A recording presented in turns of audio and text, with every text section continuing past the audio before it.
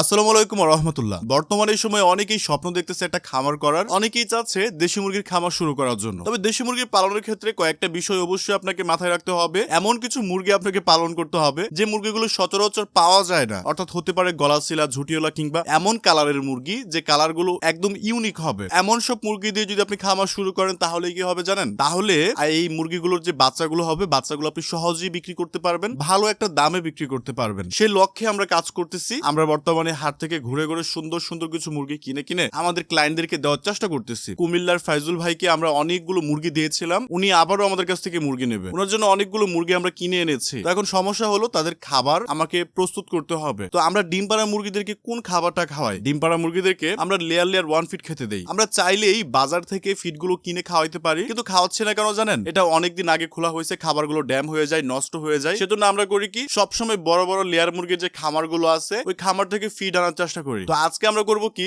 আমার পার্শ্ববর্তী এলাকায় দুলাল ভাই, ওনার লেয়ার মুরগির খামারে আমরা চলে যাব। দুলাল ভাইয়ের একটা ভিডিও কিন্তু আমরা অনেক আগে আপনাদেরকে দেখিয়েছিলাম। ওনার এখানে অনেকগুলো ছাগল আছে, বড় বড় ছাগল, দেখেন কত সুন্দর দেখা যেতেছে। এই যে ছাগলটা দেখতে পারতেছেন, এই ছাগলের একটা মেয়ে বাচ্চা আছে, এই যে বাচ্চাটা দেখতে পারতেছেন, এই বাচ্চাটা ওনারা বিক্রি করবে 6000 টাকা। আমি চাচ্ছিলাম এই ছাগলটা কেনার জন্য। কেমন হবে ছাগলটা যদি 6000 টাকায় কিনি? আপনারা একটু কমেন্ট করে জানিয়ে দিতে পারেন। দুলাল ভাইয়ের এই খামারে উনি প্রায় 2500 মতো লেয়ার মুরগি পালন করতেছে, সাদা লেয়ার এবং লাল লেয়ার মুরগি পালন করতেছে। বিশ্বাস করবেন না, লেয়ার মুরগির খামারে গেলে যে আমার কাছে কি ভালো লাগে এটা বলে বোঝানো যাবে না। বিশেষ করে লেয়ার মুরগিদেরকে খাবার দেয়া এবং ডিমগুলো সংগ্রহ করা অনেক বেশি আনন্দ দেয় আমাকে। দেখেন আমরা যখন ডিম তুলতেছিলাম এই মুহূর্তে আমরা আমের মতো, ফজলি আমের মতো একটা ডিম পাইছি। দেখেন ডিমটারে কেমন দেখা যাইতেছে। এখন করব কি, ফিড নিয়ে আমরা সরাসরি বাড়িতে চলে আসবো। আমি এখানে এই বস্তার মধ্যে ফিড নিছি এবং পিছনে যে ছাগলের বাচ্চাগুলো আছে দেখেন বাচ্চাগুলো কত সুন্দর দেখা যাইতেছে। অনেকেই বলতে পারেন ভাই ফিড কত করে আনছেন? 50 টাকা কেজি করে। আমরা হচ্ছে টোটাল 23 কেজির মতো ফিড আনছি ভাইয়ের খামার থেকে। তো খামারে আনার পরেই দেখি মুরব্বী সাহেব আমাদের বাড়িতে আসছে। বাড়িতে আসার পরে তো আপনারা জানেনই ভদ্রলোক আমাদের বাড়িতে আসলে কি করে। বাড়িতে আসার পরেই ভদ্রলোকে খাবার নেওয়া প্রস্তুত, মুরগিদেরকে দিবে। দেখেন ভদ্রলোকে সুন্দর করে চলে গেছে মুরগিদের খাবার দেওয়ার জন্য। এখানে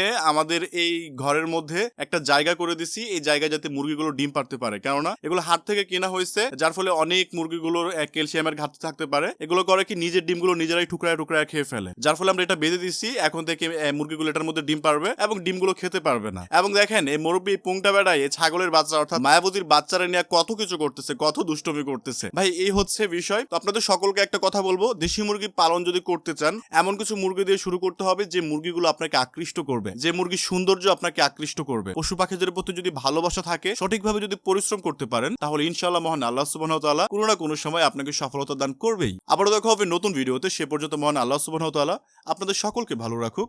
আসসালামু আলাইকুম ওয়া রাহমাতুল্লাহ।